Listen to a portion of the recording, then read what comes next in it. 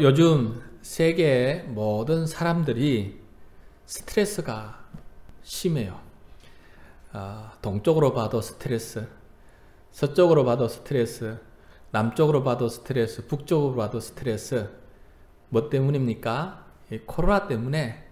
코로나 하나만 해도 스트레스인데 그것 때문에 일어나는 여러 가지 일들로 인하여서 온 세계 사람들이 힘들고 어려움을 겪고 있는 것이 현실의 문제인 것 같아요.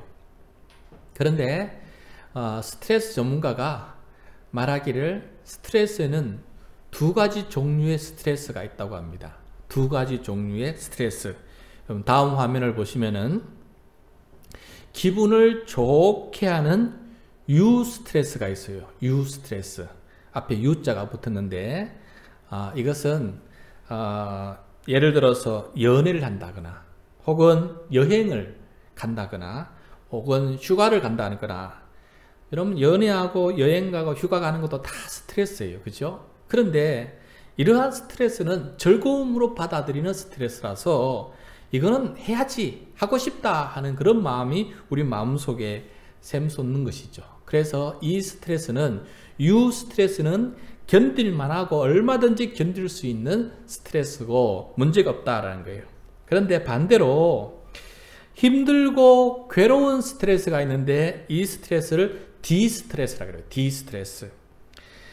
시험을 보거나 또 일터에서 하기 싫은 일을 밤늦게까지 하거나 또 화가 나고 분노를 일으키는 이런 스트레스를 가리켜서 디스트레스다라고 이렇게 말한답니다. 견디기 싫고 또 견디고 싶은 마음도 없고 내가 왜 이 일을 해야 돼 하고 싶지 않는 마음이 마음에 새긴다는 거예요. 이것이 장기화가 되면은 병이 나고 갈등과 문제가 일어나게 된다라는 것입니다. 그러니까 앞에 유스트레스는 갈등과 병과 어떤 문제가 일어나지 않는데 뒤에 디스트레스는 여러 가지 문제가 일어난다는 거예요. 성도 여러분, 우리는 스트레스 없이 살아갈 수가 없는데 우리의 삶 속에서 디스트레스보다 유스트레스가 더 많이 있기를 축복합니다. 그래서 어려움도 가볍게 쉽게 이겨나갈 수 있는 우리 모두가 되었으면 좋겠어요. 근데 오늘은 힘들고 괴로운 디스트레스 때문에 힘들어하는 사람들의 이야기, 그 이야기를 함께 경청하려고 합니다. 이것 때문에 나라가 분열이 되고 왕국이 두 쪽 나는 일이 벌어졌으니 얼마나 큰 디스트레스였겠습니까? 그래서 이 이야기를 함께 살펴보면서 하나님께서 우리에게 주시는 음성을 다 같이 경청하려고 합니다. 출애굽한 이스라엘 백성이 430년 동안 애굽에서 노예 생활을 했잖아요.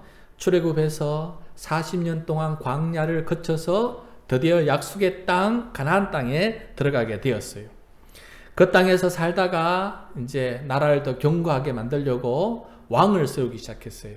여러분, 이스라엘의 첫 번째 왕은 누구입니까? 사울 왕이죠. 그죠? 사울 왕. 두 번째 왕은 다윗 왕이에요. 그 다음에 다윗 왕 아들 솔로몬이 세 번째 왕이에요. 그래서 사울, 다윗, 솔로몬까지는 이 나라가 하나였어요. 하나. 통일 왕국이 하나였어요. 근데 셋째 왕, 이거 세 번째 왕 솔로몬 왕이 여러분이 잘 아시다시피 성전도 건축하고 그다음에 왕궁도 건축하게 되었어요. 하나님께서 솔로몬에게 지혜를 주셔서 온 나라를 잘 다스려서 그냥 이스라엘 역사상 최대의 강국으로, 또 땅도 가장 넓게 확장해서 이스라엘 역사상 최고의 부국한 그런 나라로 다스리게 되었어요. 근데 땅이 넓어지다 보니까 곳곳에 새로운 요새도 짓고 또 건축도 해야 되고 이 건축 사업이 활발하게 진행이 되었습니다.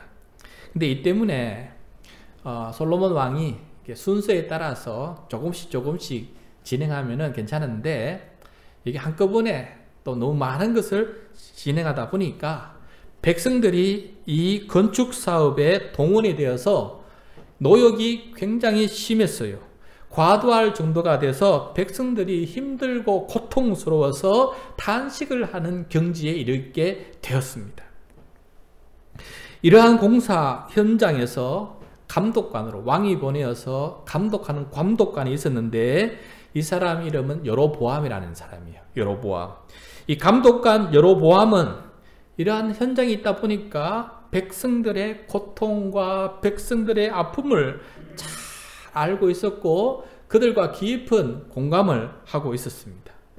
그런데 솔로몬 왕은 갈수록 허영심이 깊어지고 궁궐 속에만 있다 보니까 백성들의 이 고통을 이해하지를 못하는 거예요.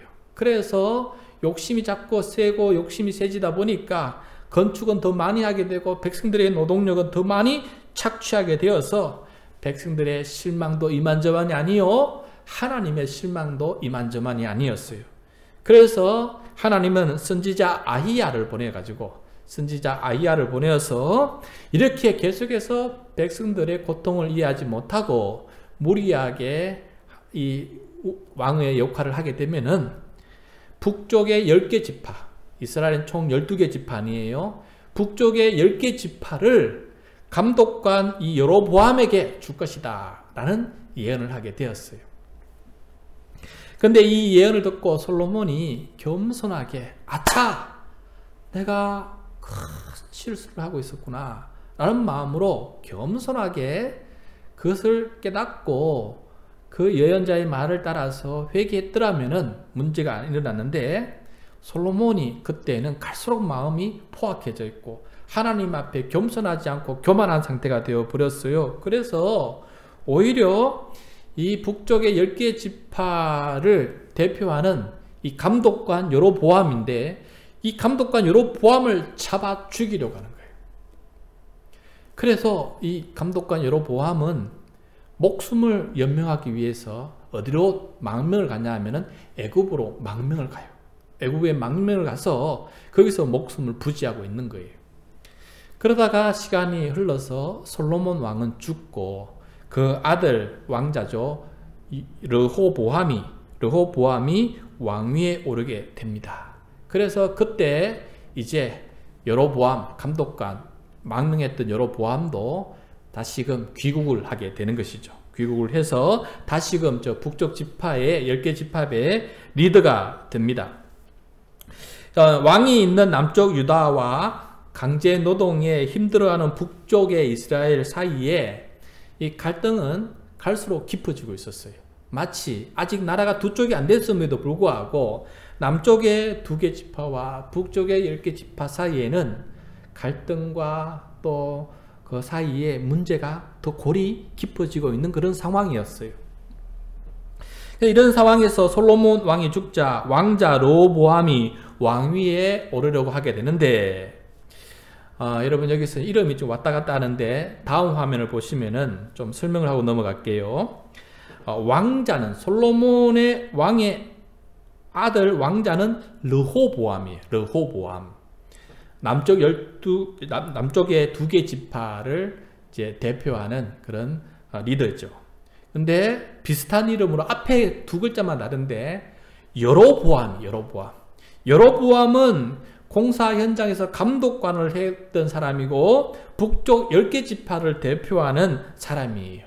그래서 뒤에 보암은 똑같는데 앞에 왕자는 르호보암이고 뒤에 북쪽 감독관은 여로보암이다. 그래서 이름을 읽다가 좀 헷갈릴 텐데 그렇게 이해하시고 읽어가시면 좋을 것 같아요. 자, 북이스라엘 사람들도 이제 왕자인 이 르호보암이 왕위에 오르는 것을 보고 이제 왕으로 섬겨야 되지 않겠습니까? 솔로몬을 섬겼던 것처럼. 그런데 이 골이 깊어져서 새로운 왕이 될 이 왕자에게 한 가지 간절한 요청을 하게 되는데 그 요청을 누가 하느냐면은 바로 감독관 여로보암, 북쪽 지파를 대표하는 감독관 여로보암이 르호보암 왕에게 가서 간절히 요청합니다. 그 내용이 4절에 나와요. 우리 오늘 말씀 4절 말씀 같이 읽겠습니다. 왕의 아버지께서 우리의 멍에를 무겁게 하였으나 왕은 이제 왕의 아버지께서 우리에게 시킨 고역과 매운 무거운 멍에를 가볍게 하소서. 그리하시면 우리가 왕을 섬기겠나이다 아버지 솔로몬처럼 그렇게 우리를 학대하지 마시고 이제 좀 풀어서 좀 쉽게 이렇게 해주시면 우리는 얼마든지 아들 왕 르호보암 왕을 잘 섬기겠습니다라는 간절한 요청을 하게 돼요. 그런데 거기에 마음에 뼈가 담겨져 있어요. 만약에 정말 새 왕께서도 솔로몬 왕처럼 그렇게 우리를 혹독하게 노동의 현장에 부르면은 우리는 왕으로 섬기지 않겠다 하는 그러한 마음도 그 속에 담겨져 있는 거예요. 이게 엄청난 그런 요청사항이에요. 요구 조건이 있는 요청사항이에요.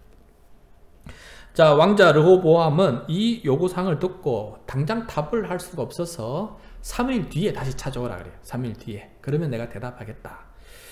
그리고 그 3일 동안 이 르호보암 왕은 아버지 솔로몬 왕을 섬겼던, 살아있을 때 잘 섬겼던 원로 신하들을 찾아가요. 불러서 이 문제를 어떻게 해결하는 게 좋겠느냐라고 이제 물으니까 원로들은 이 북쪽 백성들의 이 고역과 멍해를 잘 알고 있었어요. 그래서 이 왕자에게 좋게 자문을 하게 됩니다. 어떻게 자문을 하느냐? 7절 말씀 이렇게 자문합니다. 그들이 대답하여 이르되 왕일 만일 이 백성을 후대하여 기쁘게 하고 선한 말을 해주시면은 그들이 영원히 왕의 종이 되어서 얼마나 기뻐서 왕의 종이 되어서 잘 섬기게 될 것입니다 라고 이렇게 원로들이 좋은 제안을 해주게 됩니다. 근데 이 제안을 들은 이 왕자는 이 원로들의 제안을 엎어버려요. 그러니까 이 제안을 좋아하지 않았어요. 그래서 이 자문을 버려버리고 자기와 함께 어려서부터 자랐던 젊은 신하들에게 찾아가서 젊은 신하들을 불러놓고 너희들은 어떻게 생각하느냐? 원로들은 이렇게 말했는데 너희들은 어떻게 생각하느냐? 라고 물으니까 이 젊은 신하들은 왕과 생각이 좀 비슷했어요. 그래서 어떻게 자문을 하느냐? 바로 11절 말씀입니다. 11절 제가 읽겠습니다. 내 아버지가 너희에게 무거운 멍에를 매게 하였으나 이제 나는 너희의 멍에를 더욱 무겁게 할지라. 내 아버지는 가죽 채찍으로 너희를 치셨으나 나는 정갈 채찍으로 하리라 하소서 하더라. 자, 이 젊은 신하들은 계속해서 채찍질로 해야 됩니다 라고 말을 하는 거예요. 생각이 좀 짧지요. 그러다가 이번에는 가죽 채찍이 아니고 정갈 채찍으로 다스리라는 거예요.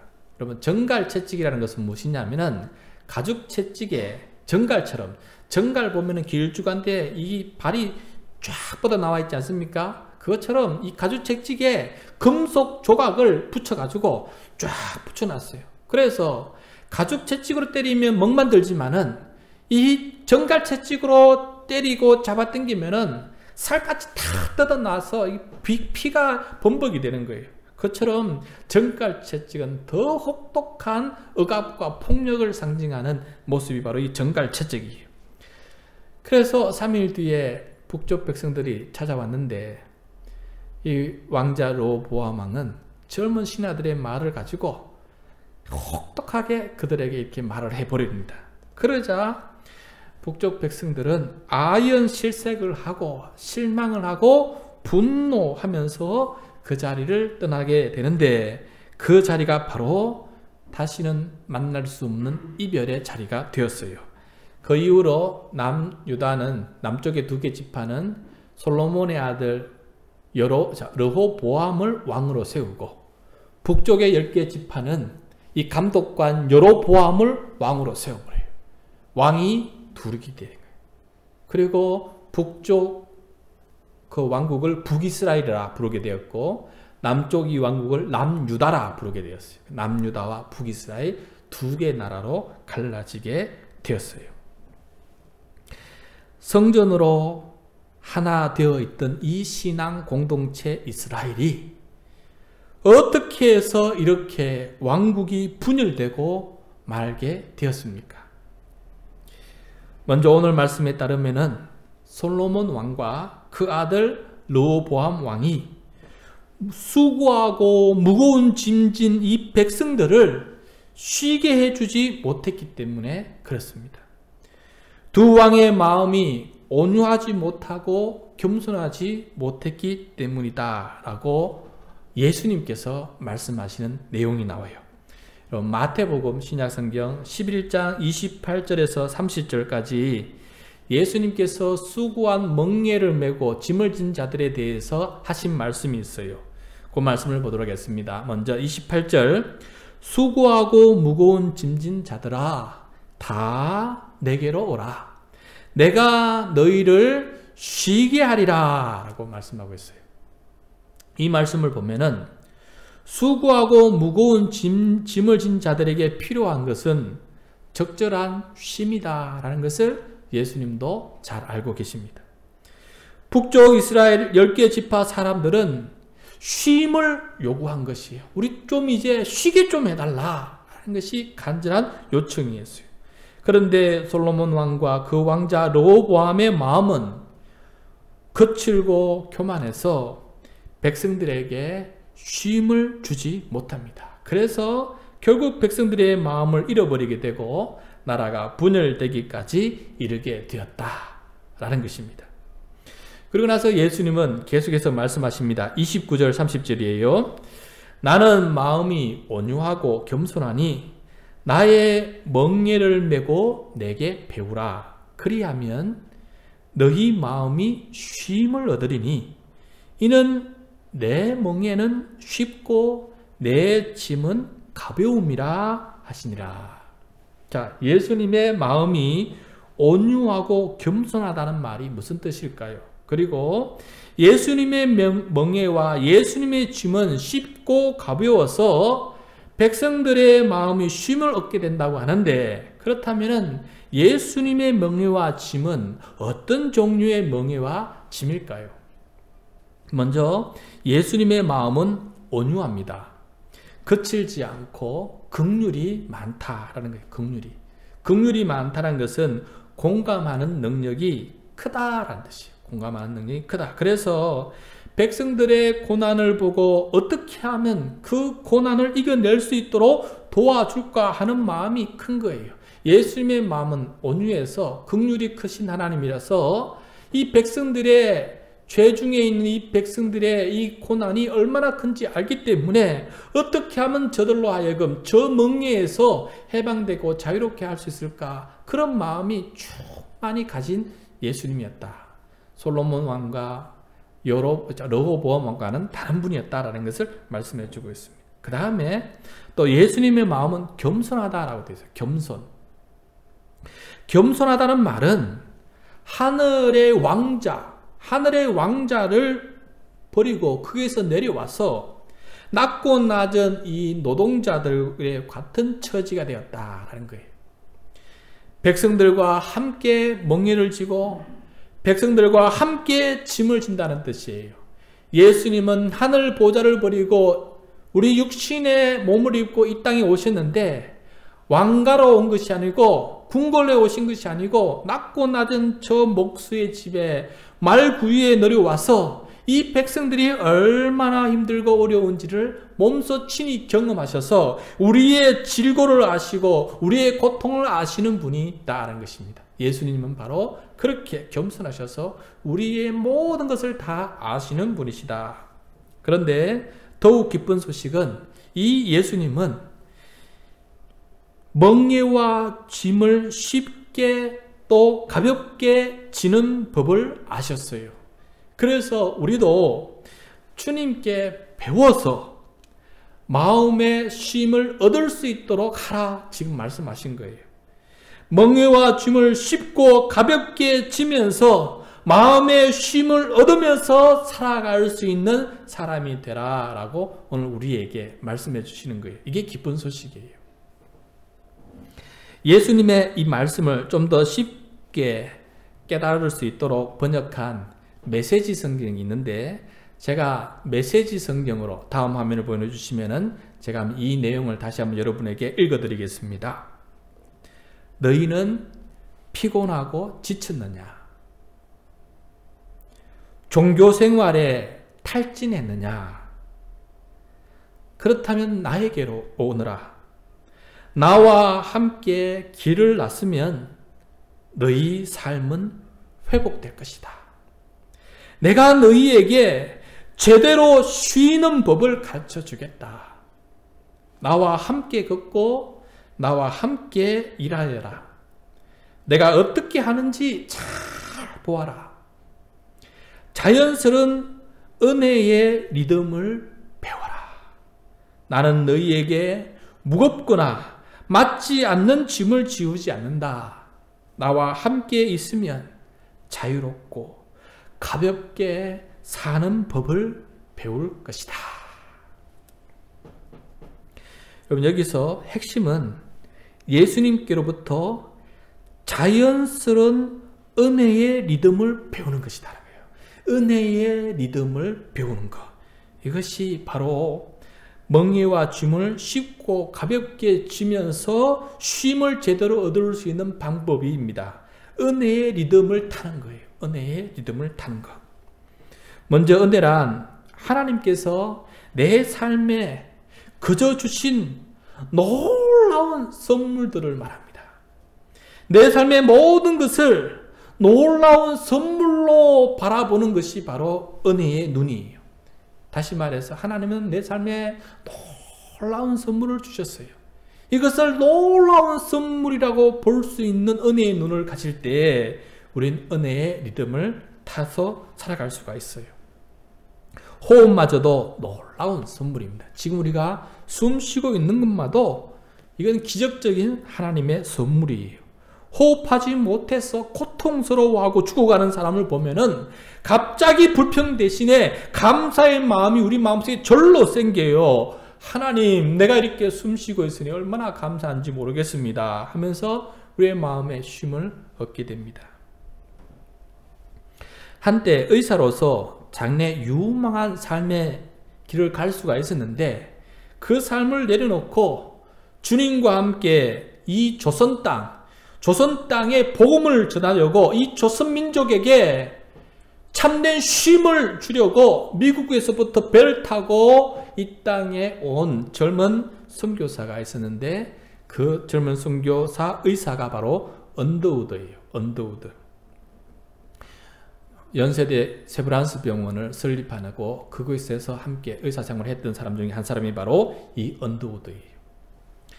이 언더우드가 어느 날 하루는 자기의 낙서장에다가 제목을 기도라고 해놓고 낙서를 쭉 쓴 게 있는데 보니까 기도문처럼 돼 있어요. 그래서 제목도 기도니까 이걸 언더우드 기도문이다 라고 사람들에게 알려져 있어요.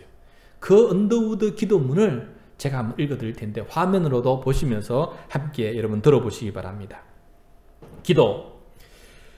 그럴 수만 있다면 더 큰 복은 바라지 않겠습니다.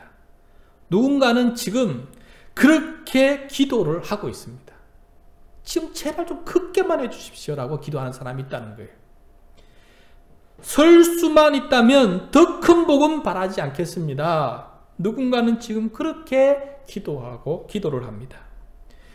들을 수만 있다면 더 큰 복을 바라지 않겠습니다. 누군가는 지금 그렇게 기도를 합니다. 말할 수만 있다면 더 큰 복은 바라지 않겠습니다. 누군가는 지금 그렇게 기도를 합니다.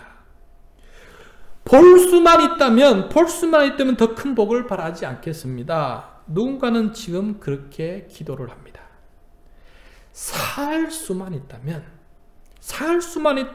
더 큰 복은 바라지 않겠습니다. 누군가는 지금 그렇게 기도를 합니다. 놀랍게도 누군가의 간절한 소원을 나는 다 이루고 살았습니다. 놀랍게도 누군가가 간절히 기다리는 기적이 내게는 날마다 일어나고 있습니다. 부자가 되지 못해도, 빼어난 외모가 아니어도, 지혜롭게 살지 못해도 내 삶에 날마다 감사하겠습니다. 날마다 누군가의 소원을 이루고 날마다 기적이 일어나는 나의 하루를, 나의 삶을 사랑하겠습니다. 사랑합니다. 내 삶, 내 인생, 나. 어떻게 해야 행복해지는지 고민하지 않겠습니다. 내가 얼마나 행복한 사람인지 날마다 깨닫겠습니다. 나의 하루는 기적입니다. 나는 행복한 사람입니다. 나는 행복한 사람입니다. 여러분, 낯선 나라의 땅에 와가지고 그 어려운 선교사를 하면서 환자들만 돌보고 있는 언더우드 선교사가 행복하다는 거예요. 행복하다.